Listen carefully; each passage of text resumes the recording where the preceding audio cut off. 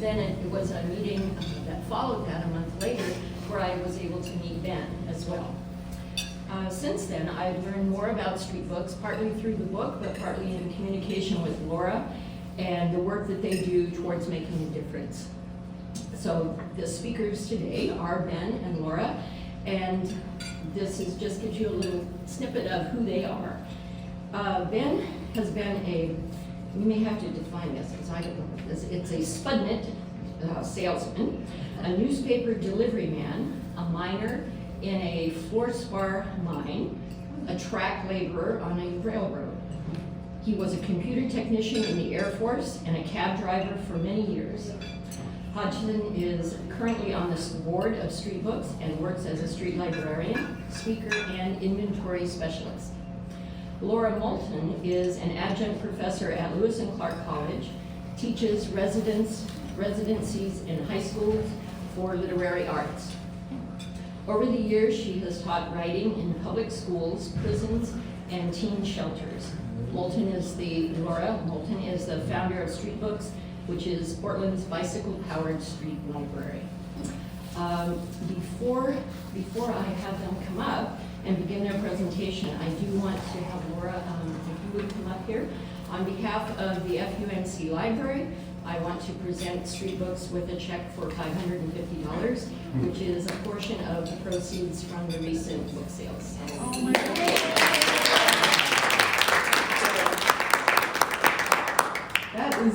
That is kind of tricky to do something tear-inducing right before my speech.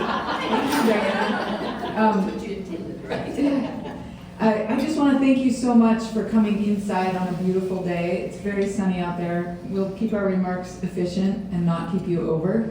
But I also I'm sorry that the video is not able to work because one of the pros to watching the 5-minute documentary is that it helps you see what we're actually talking about. And so Ethan let us know that he would try to make that available for you to watch. It's on YouTube, and so we'll make sure that everybody can see it. And so I'll get to what you may have seen had you been able to watch the video in a minute, but what's that? Oh.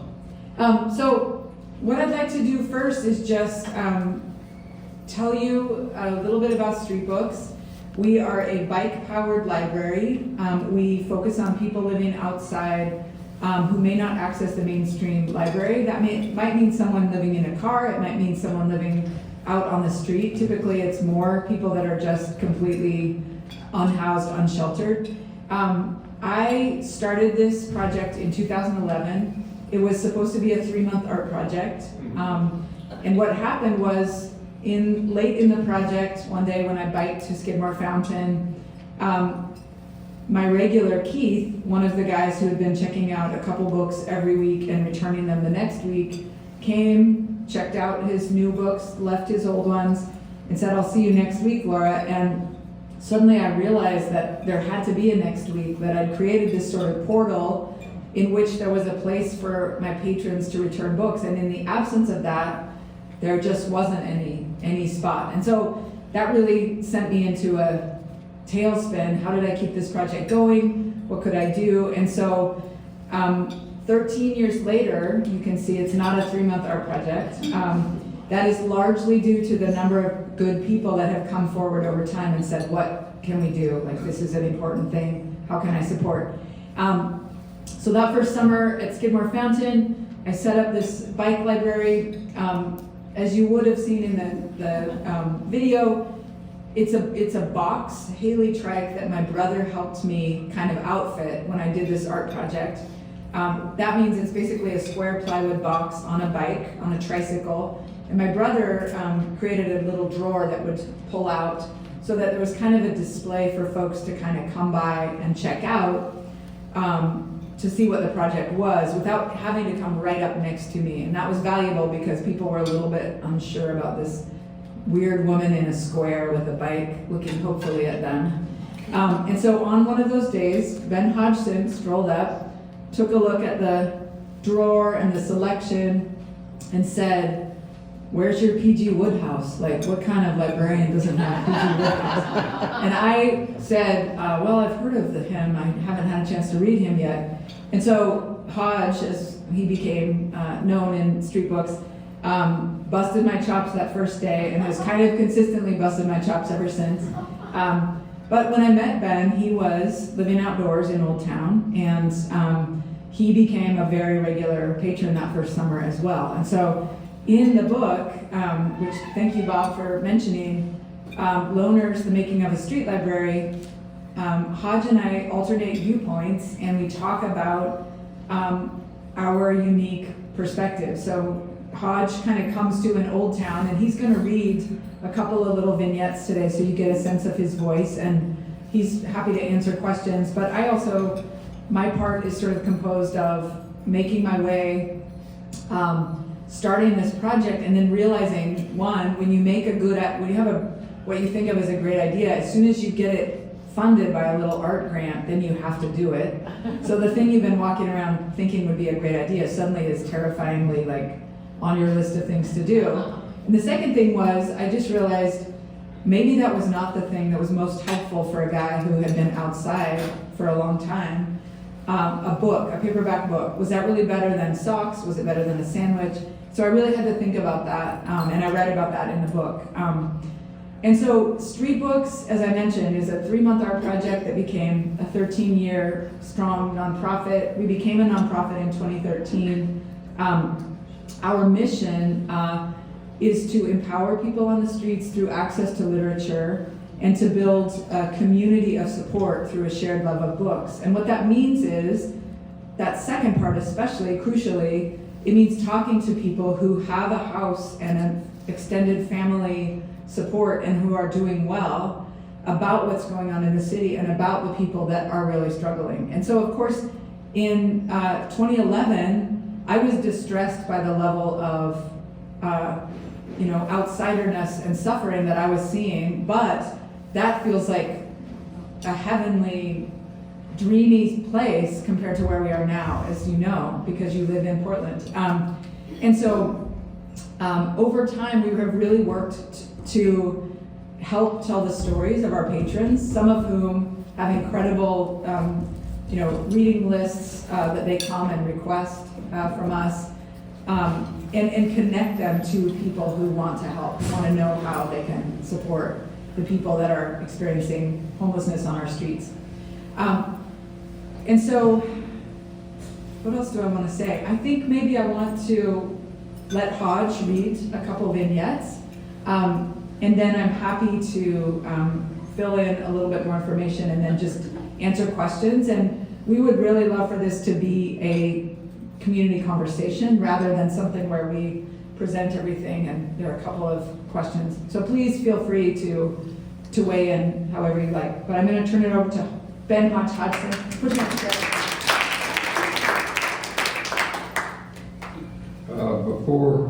Before I start reading this, I just want to say a quick comment about how much good this really does people that are living out on the street. And I'm going to say not much, but it does a little bit of good to a lot of people. We've seen hundreds, more than 1,000 people, and it's better than sitting around doing nothing. It's certainly a lot better than sitting around feeling bad when you're passing the time of day. And it just makes being outdoors a little bit more livable. And with that, I'll read 3-Day Notice is the name of this section. Soft landings, that's what I'm all about. But this was not going to be a soft landing. This was going to be the hardest landing I ever landed on. It's a well-known story. A man ends up downtown on Skid Row, starts hitting the bottle and never comes back. But this was much worse. When I hit the streets, I stopped drinking. Now you know that's a desperate man who feels so bad that he stops drinking, like a country song in reverse. There wasn't anything to party about and I didn't need any weed to heighten the sensation of how lousy I was feeling. I spent a good deal of time wondering what had gone wrong and how come I didn't see it coming. Then I realized that I had seen it coming for nearly 12 weeks. I remembered how I gradually dissolved into panic and collapse, scrambling around trying to find a job, even though in the back of my mind I could feel the time running out faster than I could catch up. Then one day a 3-day notice was taped to the door, and all I could do was pack up and go. I was so out of it I couldn't even bring myself to give the key back to the manager and tell them I was leaving. And the things I left behind: Sid's briefcase, Dave's doctor bag, Brian's record collection, and my photo album. Silly sentimental attachments, of course, in the one sense, and in the other sense, a darn disgrace. Those were the last things I had of my brothers. With a change of clothes and a couple of blankets, I shipped off to the Baltic and Mediterranean of Portland, which is Old Town, just 2 squares away from the Pearl.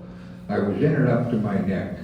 Everything had piled up on me like I was buried under a huge stinking pile of garbage. And now I was going to have to try and dig my way out of it, like some mole that was in a big pile of garbage.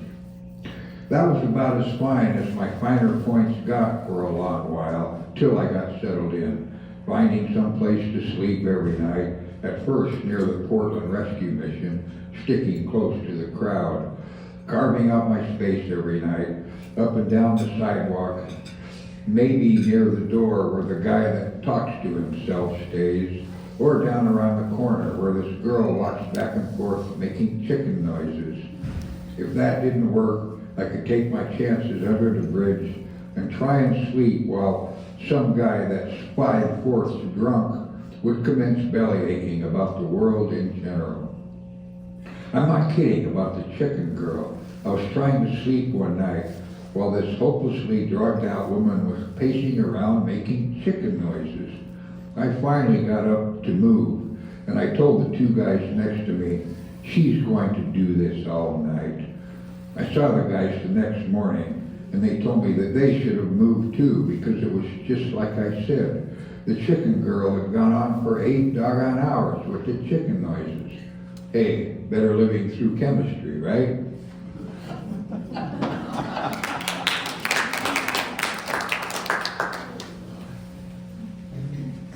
So I'll say just a little bit about Street Books and how we operate, and then we're happy to answer questions about the making of the book, and I'll probably have Hodge come back up when we do a little Q&A. As I mentioned before, Street Books began as an art project. It was just me that first summer, and I did a very kind of somewhat random survey of where I might be needed for this service, for this library, and I decided on Skidmore Fountain and the park blocks kind of near the art museum, and that was based on very informal biking around and kind of seeing where people were congregated. And so that's where I was that first summer. At this point, we have 3 bicycles. 2 of them are the kind of box bike that are trike-like. One of them is a cargo bike donated by a place called Splendid Cycles in Portland some years back. So we have 3, and we have somewhere between 11 and 13 shifts per week, 5 days a week. And so that means outside of the Trinity Cathedral, that means at the Greyhound station, outside Blanchet House, a Monday in the park blocks. And so we cover quite a bit of ground. We also have a southeast side headquarters located in the St. Francis Park apartment building, and we offer an on-site library for the residents there. Somewhere in the 30% of them have come from a shelter or from street experience. And so that has been a nice way to keep track of our library patrons and keep in touch with people at varying stages of coming off the streets. But we also are known there in inner southeast side. For years outside the parish, we ran a shift, 7 or 8 years, before they tore down the park and built the building. And so we don't have an outside bike shift right now, but we have that indoor space. And so a number of our library patrons on the east side come and find us during that shift that week. And I would say during the pandemic, we have kept we kept going. There was this bizarre period of time where we were the only library in Portland still open, and it was because we were outside. And so we had to adapt our programming. We, instead of pulling up on the bike and opening it and inviting people to come close, because we just, at that point, we didn't know even how it was communicated or spread. Thank you, Anne. We didn't really know enough about it to feel comfortable running shifts as normal. And so what we did was, that was before even people were wearing masks, we dispatched librarians that approached people kind of one-to-one. So they were on their own bikes, but they had backpacks of gear, hand sanitizer, which we knew at that point, and then books, and especially coloring books, colored pencils, art supplies, anything that sort of helped people get through a day. People who were more exposed than ever because community centers were closed, public libraries were closed, bookstores, everything was shut down. And so that became a really important point of contact. And then of course, when we learned about masks and we learned about the need for hand washing, we were part of an effort to put hand washing stations on different blocks throughout the city so that people had, here's the message around what to do to keep yourself safe. And if you're living outdoors, there is no place to wash your hands and often no place to go to the bathroom. So we tried to think about those different angles. But that's a way that we stayed active during the pandemic. And we have resumed, when we got sort of the all clear at the state level, we went back to putting our bike libraries out. And so right now we're doing much like we've done for a long time, setting up in the same spots. People come and gather. We have also offered more recently things that are around the severe weather situation, whether it is hand warmers and scarves and hats during winter, water bottles. We have popsicles sometimes will come and just show up with cold things for people when it's heat dome weather. So we've tried to adapt to that. And we've also offered Narcan because of the number of overdoses that have been happening in Old Town and around. And sometimes that looks like our library operations coordinator, Josh, coming up with some and helping various communities on the street with a store of it so that they have it if that comes up. So that's just kind of an overview. I would be happy to answer questions. Our first question. So it makes sense to me that you have a relationship somewhere along the line with the Library Foundation or with public health, because it sounds like what you're doing is that sort of stuff. Can you talk a little bit about how you developed it or whether you have one yet? Yeah, that's a great question. So the question, do we have an official relationship with public health or with the Multnomah County Library System? We have been getting support from the Multnomah County, from the Joint Office of Homeless Services that are, and that is a source of Narcan, and it's a source of tents and blankets and things like that. And if you followed, it's pretty dysfunctional at the city level, you may have noticed, like the city and the county being at odds. And so we've seen a pretty bizarre thing sometimes that is getting good resources from the county, so like sleeping bags, warm weather gear, and then the city banning tents, and then it begins to snow and we have a blizzard.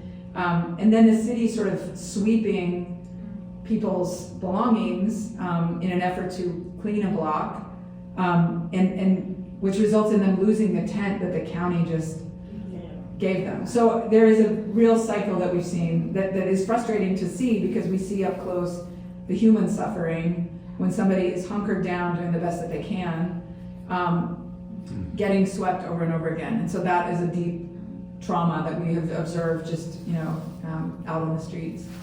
So I would say, and with regard to Multnomah County, the very first summer that I showed up, I began to do a little kind of online report about what I was seeing. And Jeff Brunk, who is from Multnomah County Services, Outreach Services, came down that very first summer with 3 boxes of books, Minnie Louisville Moore. He'd clearly been reading what people wanted, and so we have been connected to them in that way ever since. They've provided, curated several boxes for us. We haven't, that sort of went away during the pandemic and they're moving, but we will be back in stride with them when they're back, when they get established again. Can you all hear the Yes. feedback? I'm wondering if I just close this, Oh, yeah, there is a. because then, if you just turn off the sound. Maybe that'll. Something else, but that's okay. I have a question Yeah. about donations of, you mentioned that from the library, but what about individual, you know, some of us are downsizing, some of us are Yeah. upsizing, whatever, but you mentioned, so you really look at soft-backed books, right? That's right. But are there genres of reading that people particularly, you mentioned Louisville, where I'm not a Westerner, but I do read mysteries and that kind Yeah. of thing, so I wondered if you could give us some ideas, and where we would take them if we wanted to give them to you. Yeah, great question. So the question is about how to donate if you're interested in donating some books. And we do try to limit our books to paperback because of the weight on the bicycles. We make exceptions once in a while. If something is kind of small, if it's a hardback but it's poetry, if it's Neruda poetry, or if it's a little spiritual book that people will want, we definitely make some exceptions. So if you have some hardbacks that you think, well, this is kind of a cool little thing, we definitely are open to that. But I would say we have on our website a wish list, and that kind of gives an example of the things that are most useful to us. But I say we're pretty open to any kind of genre. Hodge called me one time after a shift that he was running, because that's the thing. After he made his way indoors, and he can say more about this if he wants, we recruited him, and so eventually he joined our board of directors and he became a librarian working the Old Town shift where he had slept before. So he was very experienced and knew what to do in those on those shifts. And he called me and he said, "You're gonna love this, Laura. A guy declined the Nietzsche we had, not because he didn't want to read Nietzsche, but because it was the wrong translation." And so it was like, yes, and those are the kind of stories that illustrate perfectly what we see, which is people with a very wide range of reading and interests and life experience, and we encounter folks who say, "No, I can't read," or "I don't. My reading skills are terrible," kind of thing. And it's still pretty possible usually to entice them with a graphic novel or a comic, something that has more image. I have taken requests for early reader practice books and English as a second language text and things like that. And so that shows, there is a real range of people's experience and abilities. But they're often very interested once they realize this project is for them, and they don't have to pay. No fees, no fines, Yeah. What do you do when it's raining for volunteers? Yeah, great question. What do you do when it's raining? We have just been, I think it was the pandemic and the wildfires and just when they said, "Stay inside with your windows closed," and it was like, wait a second. That's great for those of us who have windows to close, But I think it was a series of those events that just resulted in us just being out there as much as we can. And so we used to be more seasonal, and especially when it was just me and then it was just one other person. And we had families and little kids, and it was easy to kind of close it down, when the rain really came. But we've continued to just run it year round now. And so what we do, we were at the Portland Book Festival yesterday in the park blocks, and we have a nice 10 by 10 canopy, which is a good spot for the bike and several people to gather. And so that's what we're planning to do. And when it's an atmospheric river, it almost doesn't matter whether you put something over you or not. You just have to either come in a complete rain suit or water wings, But I would say, it's also weird with the way the climate changes. We have unnaturally nice weather, in October, a couple years ago, it was 80 degrees, or maybe it was last year. And so we found ways around, and we have a crew of librarians. All of our librarians are paid, so it's a at this point, I'm executive director and I get paid. So for a long time, no one really got paid, and personally, I saw that if I paid myself, the bank account went down, so it was just better to try to, keep it solvent. And of course, that's no way to run a nonprofit. You have to actually have, a living wage for people. But so that's been great. We're able to pay people for the work that they do for us. And we have some, we have some indoor work they can do when it really is just too crazy, when it's raining sideways. And that's the thing I found early on. Once I decided to keep going, I forged on and I tried to do it in the winter. And so I remember a slushy, frigid day where I'll be damned if I stay in on this day, but everyone else was gone. Like, of course, no one wanted to stand outside talking about a paperback book in, sub-zero temperature. So that was useful too. And we've had librarians, Diana, who Diana referenced, our Diana in-house librarian, who skied from her North Portland house down to Old Town last winter, I think, and distributed hand warmers and socks and books. And I did not do that, notably. I'm not a skier, and I wasn't going to ski to Old Town from my house. People come for that. Yeah, well, and that was one of those things. Street Roots, the newspaper downtown, had set up kind of a heater covered area, so people really did have a place. And that's one thing that's been a really crucial part of Street Books' success and becoming more established in the city, and that is we partner with many, many community organizations like Street Roots. And so we do a shift outside of their office downtown where the guys come, the vendors come to get newspapers. If you haven't encountered Street Roots, that's the newspaper that people experiencing houselessness can buy 25 cents a copy and then sell for $1 a copy, and they make a wage that way. And that is, their vendors are sometimes living outdoors, sometimes living in an RV, sometimes they're recently housed, and that helps them maintain a community and also make a little bit of money. But that's an example of one of our partners. And we try to partner with folks that are running services anyway, like Blanche House or Trinity, who does a really beautiful lunch. And so that's been a really rich set of relationships that way and helped us. Does your Yeah. website include a list of those partners? Yes, I think so. Okay, yeah.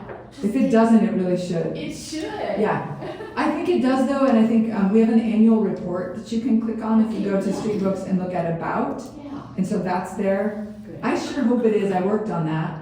But I have that might be one of those things that is coming soon, but I think so. We have about 30, and we definitely feature those in our grant Yeah, applications and our reports, so. it just makes so much sense. to have Yeah. that. Yeah, thank you. Yeah, thank you. Thanks for that question. Yeah, question. Where are you getting funding these days? That's also a great question. We have had some relationships with foundations over time.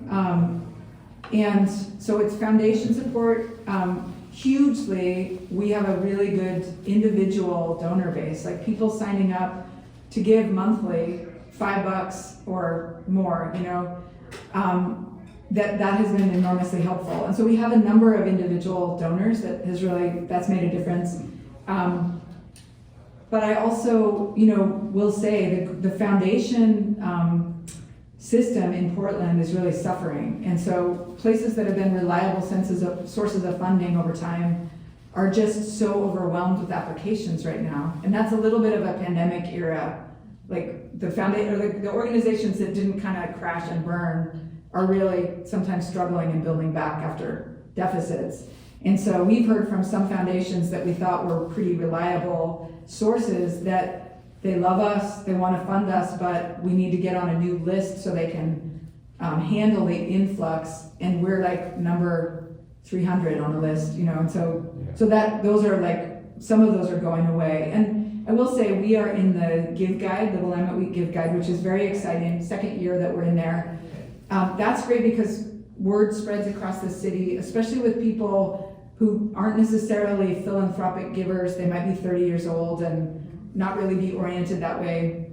But so we've had small donor base of like $10 a piece come up because of that. And I have more information. Our development person would throttle me if I didn't make a pitch for the Give Guide and mention that you can, you can give at the end of the year, or spread the word about us if you know that there are others who are thinking about ways to help the city, ways to support a nonprofit, and kind of especially people living outdoors and kind of at the margins right now. So that's a great way to give. We have a newsletter that I send out once a month. I call it Lovingly Written, Infrequently Sent. So if you want to sign up, there will be a few extras at the end of this year because of the Give Guide, but generally it's a very minimal amount. So that is another way that you can learn a bit more about our operations and about how to support us. Yeah. What about volunteer safety? Do you pair people up when they're doing this? Yeah, that's a great question. The question is, what about volunteer safety? And I would say, speaking of the way it was early on and the challenges that people have faced more recently, now our policy is always 2 people at the bike. And we've done de-escalation training so that if somebody comes up and is really having a hard time, our policy is to step away, to give someone space, to never engage and sort of think you're going to fix something or make something better. Librarians know that they can close the bike and bike away, or they can just leave if they need to, if something is really kind of an emergency. It's interesting because really in 13 years, we have had such great community. So many of our patrons are kind of have our backs. And so if there's been a moment where someone was not being their best selves, often there were like 4 or 5 people saying, step away from our library lady, And Hodge knows this story. Diana, who we mentioned, longtime librarian, rolled up, set up a shift one time. I think it was inner Southeast Portland, right? St. Francis. Yeah, St. Francis. And 2 guys started to scrap, and she was just like, nope. So she closed up, hopped on, and one of the 2 guys in mid-fight said, wait, I didn't get my book yet. So she literally diffused the situation by being like, sorry, I'm not, And so that said, like we just had a librarian huddle last week because of something that had unfolded in Old Town, and there was a guy in real distress in kind of a psychotic state, and the librarians had no choice but to help at the scene because he had kind of attacked a person. Fortunately, no one was seriously injured, and they felt terrible about this guy being in such distress, but also we really sat down and said, it is rough. We know it's rough out there. Are we doing everything we can, or do we need to change up something? So I feel like that was very productive, but the reality is we are out there, 5 days a week, and there are some rough situations, Again, so often we are not, we are sort of adjacent to the thing that's unfolding. And so the librarians have been great about de-escalating something. Yesterday, a woman came up to the Street Books Library at the Portland Book Festival. So there are people with their tote bags, happily going around the festival, seeing great things. But there are also our patrons who recognize us and come and get books. And yesterday, a woman came up in a pretty agitated state, and immediately one of our newest librarians, Ime, who's just an awesome librarian, just spoke to them and de-escalated that just in the moment. Like, I don't think you're stupid. Why would I? That was a rhetorical question. You think I'm stupid, this woman? And Ime said, I don't. Why would I think you're stupid? And that almost seemed to throw, well, why would you think I'm stupid? And then they began to have a conversation, and she left with 3 books. So, I've seen much more of that than I have the other potential, Yeah. I feel like I should knock on something. Knock on podium. Yeah. What type of hourly pay do you pay these librarians to ride around? $25 an hour. And that is partly because it is library services, but it is so much more. It's mental health, it's people. We try to hire people who have experienced either living on the outside or know very well what it's like to be kind of at the margins. And so we don't have a bunch of full-time jobs really, because we are still kind of a small nonprofit. But that's something that we have been able to do in the last couple of years, just to make sure people are compensated for the work they do. It's hard, I mean, and I really want to be aware of that and, compensate people fairly. Yeah. The group here at this church that's working on housing and affordable housing issues and raising awareness is working to set sort of an advocacy agenda. And you already started to talk a little bit about the county versus the city. Do you have any other opinions or perspectives to share with us about what should advocates be thinking about or aware of right now?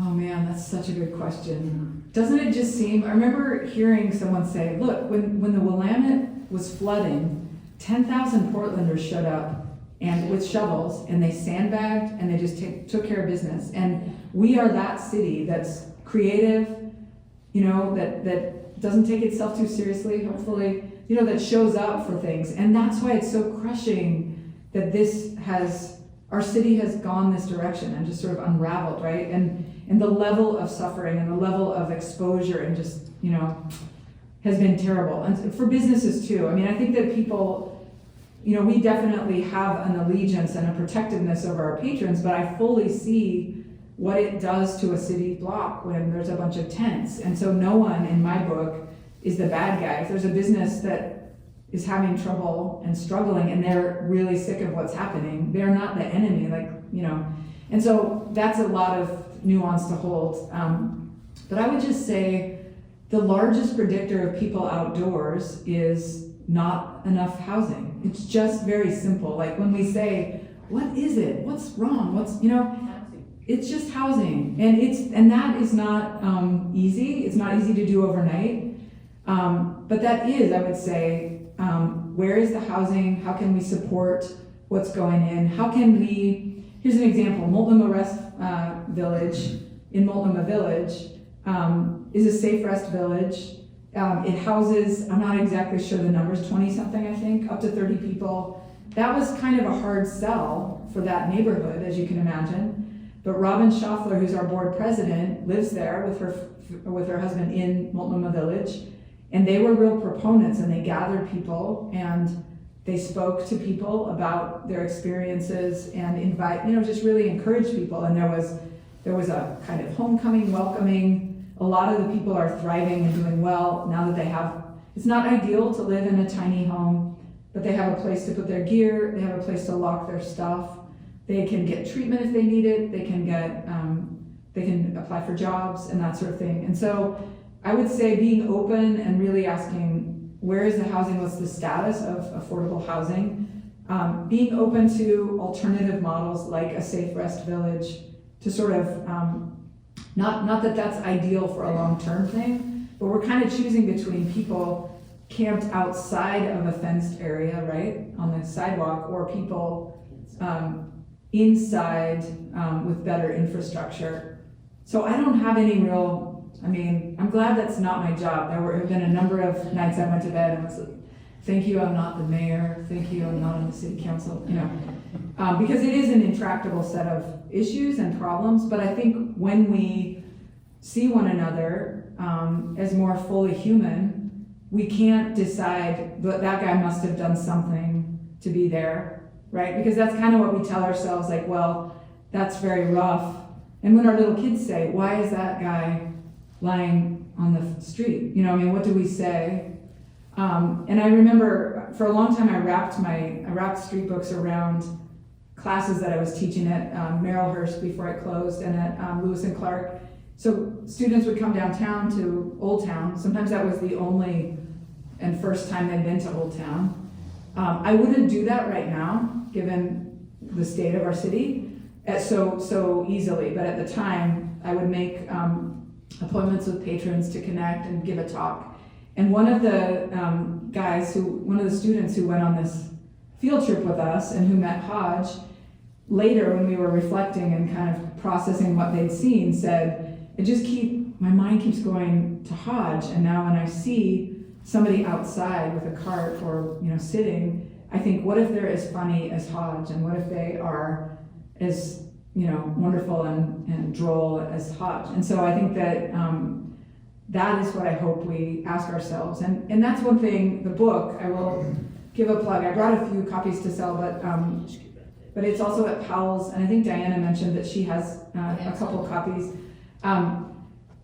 I would say that is something that we've heard over and over again really humanizes the outside. And Hodge does an amazing job of capturing what it feels like to be out there, to be sort of paranoid, to be diminished in terms of yourself, and so that's been a very cool thing to see where that lands. And we've done Zoom book groups. We just talked to a group in Bend last week. We're going to be at University of Portland, on the 15th as kind of visiting writers, and go to a class and then give kind of a talk at the university. And so I'm so grateful for the level of interest. I mean, I think it's measured by how many of you are here today inside on a beautiful day after church. You've already been to church, which this is like next level. But that sense that people want to know what to do and how to help. And I think how do we get to the shovels and sandbags and good attitudes? We're here. This is a crisis, and what can we do? So, yeah. Your librarians need prior training, or do you offer training for them? We offer training, and a lot of them, as I said, come with a set of skills. Like one of our new hires lived outside for much of his younger life. And so he has incredible street smarts. I mean, a lot of people arrive with a set of things that inform how they do the job and what they do. But we do de-escalation trainings. We do specific trainings around the library and what is expected for people and how to step away if needed. But they don't need a master's degree to be a librarian? No. In fact, a street librarian is I happen to have an MFA in writing, but the beautiful thing about being a street librarian is you bring those skills of empathy. If you have a social service background or a background living outdoors, that informs what you'll do. And there really is not, I think we have people without college degrees, we definitely do. And we don't really need that level of book smart. And we've had people come that are not, that read different genres and don't count themselves as a great reader, but love the mission of street books. And so you definitely don't have to be well read. If we were all as well read as Hodge, it would be amazing, but no one can achieve that level. Actually, Rob's a little bit ahead of me. I'll take second place. Yeah. I wonder, are there questions you want to direct to Hodge? You don't keep track of the books, you just give them and receive if they come back. You're not trying to keep them completely recorded or anything like that? Yeah, no, that's a great question. What do we do in terms of recording the books that go out? And that's interesting because we had a Multnomah County librarian that was coming to study how our system was, because she wanted to do something at a Safe Rest Village. And I took her and I showed her our shelves, which are not alphabetized. I showed her our various areas, and she said, well, so you don't have a database. And I said, no, we assume that people living outside have more on their plates than returning a book, and we celebrate if they can. We invite them to return the book or to pass it on to someone if we don't cross paths for some reason, which kind of lets people off the hook. You can tell some people are a little bit mixed about whether to take the book in the first place. So we reinforce that we want it out there in circulation more than we want it back and to know where it is. Right. But that librarian that came to sort of study us was blown away, like, oh my gosh. She was like concerned. I don't know what system I would build to track this, because, and I think that if that's what keeps you from doing a thing, then that's why it's great to consider, and so we don't, again, I remember starting this in 2011 and having someone say, oh, that's a really sweet idea, Laura, but you'll never see the books again. That was this person's assumption. And And in fact, we don't have a super robust rate of return, especially in winter when it's rainy. But among our regular patrons, they really make an effort, and they either cross town to tell us why they can't return it because it got wet in the rain, true story, or in one case, there was a very elderly guy that I could tell was making an effort to be there when I was outside of St. Francis, Fred. And I said, Fred, you know, if you ever, he loved Janet Ivanovich, thank you. And so that was fun because I always had a stash of Ivanoviches for Fred. But I said, if you ever need to take a pass and not come just to turn books back, you're good. Like, I got you kind of thing. And he was kind of offended, like, no, I'll be here, you know. So I think that it does matter when people can. But it's been great with Street Books. We recognize the collection of things that are really popular. If they go out, we try to infill that genre. But we don't live or die on whether it comes back, which has been great.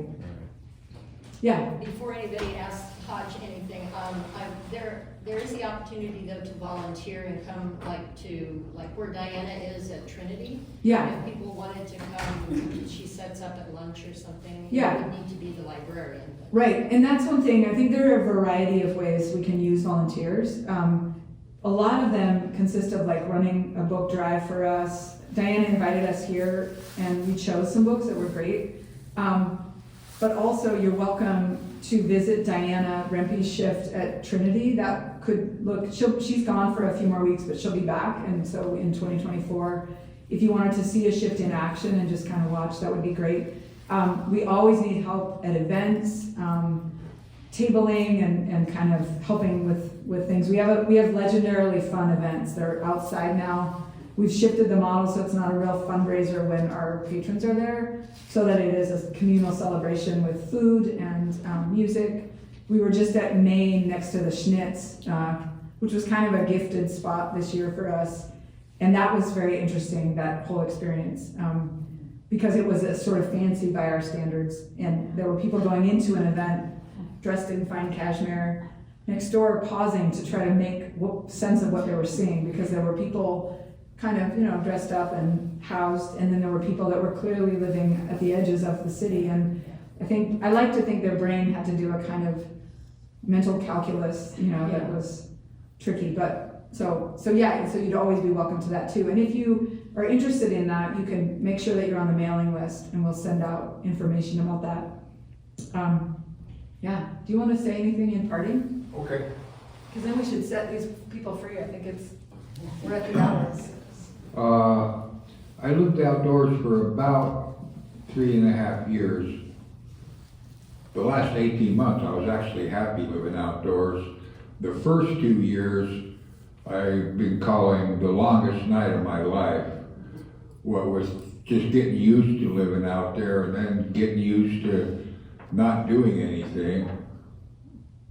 And it wasn't anything that I did. It was like just one night to the next. One day to the next, I woke up one morning and decided to start trying to take care of myself. And I did a few things. I went out to Hillsborough and turned myself in so I could come clean with the law, and checked into a shelter with a place that lets you live indoors for about 3 or 4 months till you get something going on. And after I left there, I found a campsite up in the hills, and I'd go out canning for incidental expenses. I could make anywhere from, the average was probably about $7.50 a day, but I never got $30 in one day, but that's just because once you have enough, why don't you just go back home? And one day I was back in town. I had dropped out of Street Books the second winter outdoors. I discovered the library as a place to go to stay warm. And then that whole summer, since I'd already had the habit of going to the library, I just kept going there even when it was warm, when it wasn't cold. And so I had dropped out, hadn't seen Street Books for over a year. I was around for the first season, but the entire second season I missed them. And one day I was walking back downtown, and who should be there in front of Right to Dream 2 but the book bike was Laura behind the book bike. I said, hey, I remember you. She goes, oh, I remember you. And I just, last month it occurred to me, if we hadn't had that chance meeting that day, we wouldn't have this. I would be out one of my best friends for all this time. And that is all I have to say.